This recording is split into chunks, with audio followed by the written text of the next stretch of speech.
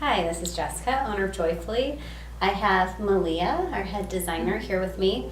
And as we're doing more Raise the Three and talking about scaling a business, one of the things we got asked a lot was how we take something from concept to creation.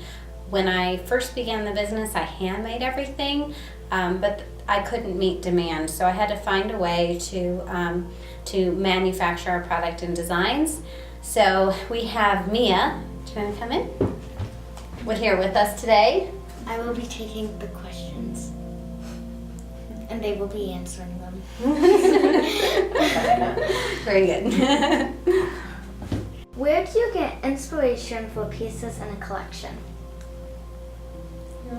Sure. So the pieces are usually inspired by several different components. As I said in our last episode, the location we're shooting oftentimes inspires the color palette. Other things that play into that are we'll source interesting fabrics, vintage laces, also observing trends, and we bring pieces of inspiration from everywhere. Travel, vintage finds, what we're seeing out there in the marketplace, and we put them all together in a big mood board, and that's kind of our start of the collection concept. In fact, what's behind me on those boards are our future mood boards. What's your first step in designing a piece? So when we're designing a piece, we'll have usually with the collection, we'll gather together interesting silhouettes that we know we want to use in the collection or small details. And Do you want to explain what a silhouette is? Yeah. So usually in our research, whether it's from vintage inspiration or things we're seeing on the runway or other trends, aspirational brands, we take details, whether it's the shape of a neckline, a hemline, interesting ruffle details is going to be big for spring. Still going strong. Yeah, so things like that, we'll take those together to create our unique silhouettes that we know we want to fill. And then from there, we pull fabrics that we're really interested in and colors and put it all together. Yeah, so a silhouette is like the shape of the garment. Like if it's a dress, and you were to draw the shape of the dress, that's the silhouette. So we pick the silhouettes first. Yeah. And then the fabric second, usually. Yeah. How long is the concept to create to the creation progress? Well, that varies a lot. Yeah. And we have a couple examples to show you. So we'll start with the shape of the item. So let's say it's a skirt, a maxi skirt. And so we will draw out that shape, or we'll pull a skirt that we've, from our inventory that we've made in the past. And then we'll put fabrics in it, or we'll develop art files. We have a very talented surface designer who makes patterns for us. So we'll put that all together in something called a tech pack. We send that to the factory, and then about a month later, the factory sends us back how they think they should make that item. And if it's right, sweet, you go right into production, but it's never right the first time. I mean, Very rarely. Here, why don't you, so we have an example. Here, what you want to? Yeah, so one of our popular items for holiday 2017 that we did last year was the Angelique skirt, which is lovely glitter skirt, and thank you. Lovely glitter maxi skirt, and when we first sent this skirt to the factories, they sampled it back. We called all the materials, and they sent back something in a very incorrect stock fabric that we had to use, and it's a very narrow sweep, and none of it really was how we wanted it to be, so we revised it to be the right materials, the right actual glitter, and we got a second sample about a month later that looked like this, which is closer, but it's very orange and feels a lot more Halloween maybe than holiday. So from there, but it was close, so we really just had to choose a new glitter color to go into production from that one, and to get to the final Angelique skirt that maybe you own or have seen on our website before. Another example, while our question reader gets ready, because we do the same process with shoes. So this one started, we thought we'd do more of like a military strap, and well, it's very orange, for one. And then we saw it and decided, you know what, we just don't like how it looks. Something's wrong with it. We just didn't like it. And so we changed to more standard straps and buckles, made the fabric less orange, worked in the distressing. There might have been a sample in between this one, I can't remember.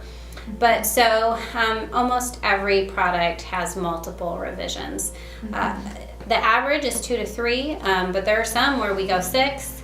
And then there are some, like this guy, you have this like beautiful idea of like lace and I don't know, like just beautiful fabrics with beautiful hand feel. And then you get something like this, where the lining's blue and the trim is pink and it was supposed to be all one color and you don't even know what happened and you just give up because it's so hideous. You're like, no, I've abandoned that idea. So it really does vary. And then sometimes we hold on to something and we'll go through 6 times, but we finally get it and we're like, it was worth it. Like the Katrin dress, which is one of our best sellers, that has lace detail on the back and up here in the front and lace in the skirt, and the skirt is very, very full, and it took so many revisions to get all those details right, but it was worth it. Yeah. Do you make all the samples from factories? If not, how do you do it? So when we first started, I did hand make everything in a sewing machine. Even the shoes, I sewed soft soled shoes and hand cut and hand sewed all the details of the flowers.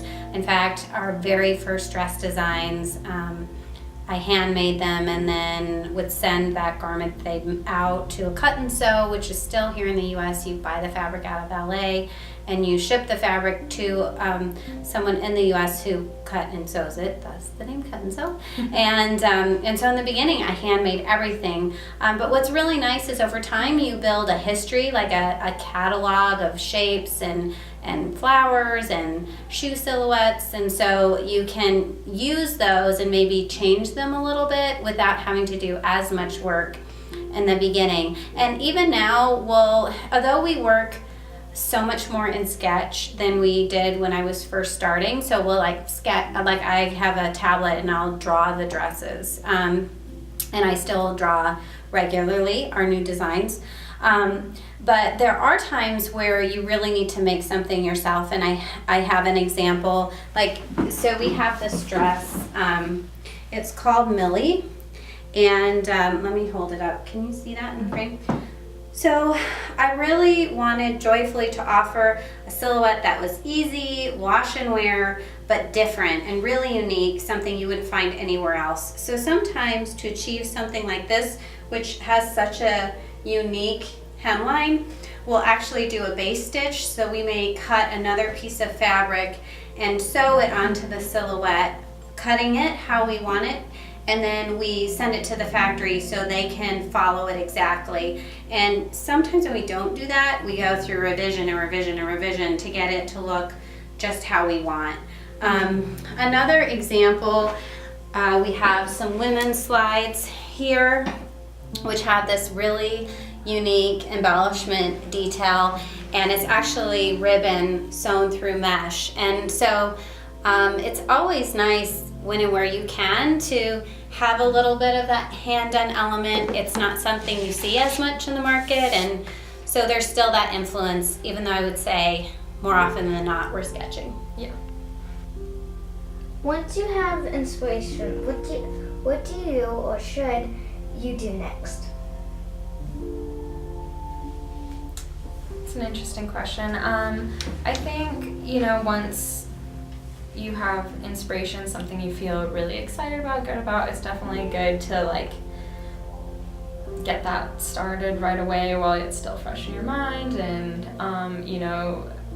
generally a lot of times we'll be inspired by fabric first, or sometimes we'll be inspired by silhouettes first, but whatever it is, I think really feeling out what you want to do with it next. Sometimes if it's a silhouette that we like, we're going through different fabrics to try and figure out what feels right, what we're most excited about within that.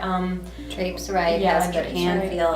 It's going to be within our price point, all of those things. And then if it's like, say, a fabric we want really well, then we want to use, then exactly we'll be very conscious of how it feels, how it moves, does it stretch, does it not stretch, what kind of silhouettes will be best. So really, once you're inspired, I think then we have to be a little more logical then and kind of, put it something where it makes the most sense. And then within all of that, we want to create pieces we're very excited about, but then also think of it in the context of the collection and the kinds of pieces we already have, so we're not, creating designs that step on the toes of other designs. So you're always trying to be thoughtful, I guess. How long does it take to design a collection? Well, it really can depend. Honestly, there are times where we put a collection together in a few days because we had to. But then there are other times where you'll develop a piece for months and months and months. So it really can vary. I feel like a normal amount of time is probably 3 months. What would you say? To finalize and all the different pieces, girls, women's shoes, accessories, putting it all together. Yeah, I think that sounds about right. Yeah, 3 or 4 months. Yeah. Yeah. So if you're thinking about making your own product, I would encourage you to start domestically if you can. The minimums are really low, and it's a less expensive option. That's where I started. I was working with cut and sew, and I was doing, maybe 75 to 150 dresses at a time. And then once I had success there, then I started getting bigger from that point. But yeah, it's been wonderful to be able to do a whole gamut of products and take something, that we have in our mind's eye and actualize it. That's a really amazing feeling. So, and if you're a really talented sewer, you could really have a dynamic advantage in today's market by bringing shapes to the industry that just aren't everywhere. So the other thing that we do in our office, so in a year, the amount of bad samples we will get is pretty high. So periodically we will all put on a bad sample and go out for drinks, and that's always a fun experience. I'll close with one last example. So this is another fall product. Again, really unique shape to the ruffles. Getting this part right was really difficult. This is a custom print, so we have a designer who's an artist who creates these files, so this print is unique to Joyfully. And also finding the right trim that gave that right amount of body without it being too frou-frou. So this is a really fun piece for fall. I can't wait to show you the pictures. We shot it on the Brooklyn Bridge. Mia, what'd you think of the Brooklyn Bridge? Well, they can't see your thumbs up over there, but.